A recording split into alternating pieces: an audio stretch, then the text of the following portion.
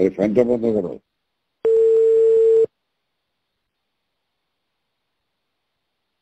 Hello. আপা, বলো কি? জি আপা, ওই আজকে কি ঢাকায় সব জায়গায় মিছিল ইসের সময় কারফিউ শিথিলের সময় মিছিল করার নির্দেশ দিচ্ছেন? না, মিছিল না, যদি ওরা নামে টামে আমাদেরও প্রেজেন্সটা থাকা দরকার ওইভাবে। জি, কিন্তু মিছিল কি করবে? না না না না না, মিছিল করবে না। তাহলে মহানগর থেকে নির্দেশ দিয়ে দিয়েছে সব ওয়ার্ডে সব জায়গায় মিছিল করার জন্য, তাহলে এটা বন্ধ করাই না? দাঁড়ো দাও দাও, ওদেরকে কে বলছে মিছিল করতে? ওদেরকে মহানগর থেকে বলছে। মহানগর যে বলছে, তো মহানগরে কেউ না কেউ বলছে তো।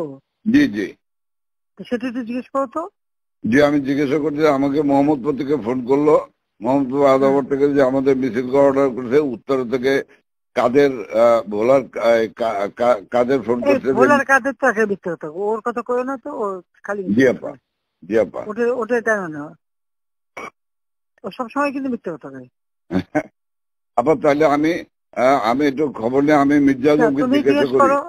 হ্যাঁ, মির্জা কে বলছে কি, যদি ইন্টেলিজেন্স বা এদের থেকে বলা হয় তখন করতে পারে যে আমাদের প্রেজেন্সটা থাকলে তখন ওরা নামতে সাহস পাবে না, এটা সাপোর্ট হবে। জি, এটা হতে পারে, বাট তাহলে তোমাকে একটু জিজ্ঞেস করে নিতে হবে। আমি ওদেরকে হেল্প করার জন্য হতে পারে, কিন্তু মির্জা আজমকে জিজ্ঞেস করে যে মির্জা আজমকে কে বলছে। জি, জিজ্ঞেস করে আমার জানাও। আমি জানছি। আর আপা ওই যে তালিকাটা তৈরি করতে বলছেন, একটা তালিকা তৈরি করছি, তা আমি রেডি হয়ে গেছে, আমি আপনার কাছে আজকে হ্যান্ড ওভার করবো, আপনি পিএমও থেকে ফেরার সময়, বুঝলে? হ্যাঁ ঠিক আছে। আর আপা আর একটা বিষয় একটু বলি, আমু ভাই 14 দলের মিটিং ডাকছে তার বাসায়, তো আমি যাব, আমাকে যেতে বলছে। যাবা? আচ্ছা যাও। জি, কারণ সেদিন তো এটা খুব আমাদের ভালো হয়েছে, ওদেরকে ইনভলভ করে যে করলাম না, নাহলে তো মানে এটা একটা বিশাল কাজ হয়েছে আপা।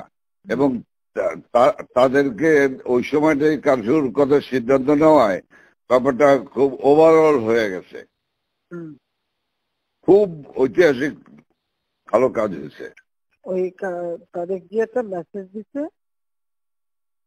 সবাইকে যে যার যা কিছু আছে সব তো বঙ্গবন্ধুর কথা এখন নকল করে। জি জি, সবাই জি, মানে আন্দোলন চালায় যাও, 2 দিন কন্টিনিউ করতে পারলে আর এই গভর্নমেন্ট থাকবে না।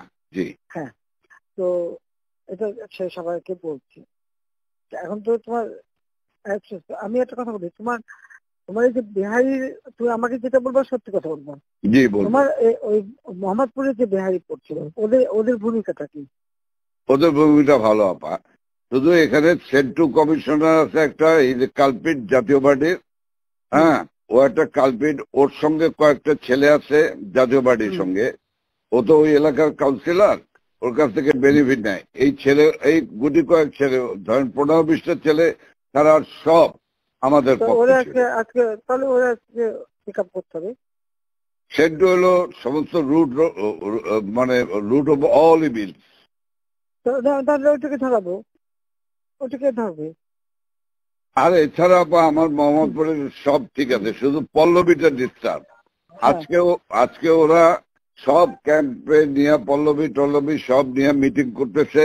ওই নাসিম আলীর ছেলে হারুন, ও চলে আসছে রংপুর থেকে, ও চলে আসছে, ও মিটিং করতেছে আজকে, আইসে ও স্টেটমেন্ট করবে একটা। আমি বলছি তোমরা স্টেটমেন্ট করো, ঠিক আছে, ওরা আজকে স্টেটমেন্ট করবে আপাত। কিন্তু সেন্টুরে ধরলে তো আবার জাতীয় পার্টি চাপবে। চুপ করো, জাতীয় পার্টির ক্ষেত্রে আমাদের কি আসে যায়? আচ্ছা, বাহ, আমার জাতীয় পার্টিতে আর কত দরকার নেই পার্টির। না ওই যে জিন্না লাশ, আমি বলে দিচ্ছি, যেটা ডিস্টার্বিং এলিমেন্ট বলো, আমি এবার একটা থাকবো না, সব সাফা করবো। জি আপা, জি আপা,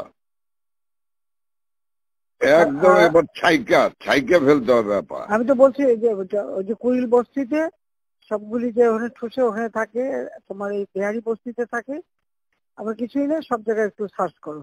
জি আপা, সার্চ করা। জি আপা, ব্লক রেড করতে হবে, চিরুনি অভিযান, সেটাই চলতেছে এখন, সেটা চলতেছে। কিন্তু সেই সাথে আছে জি আপা। বাঁচতে যেমন কিনতে বাবরে বাবা।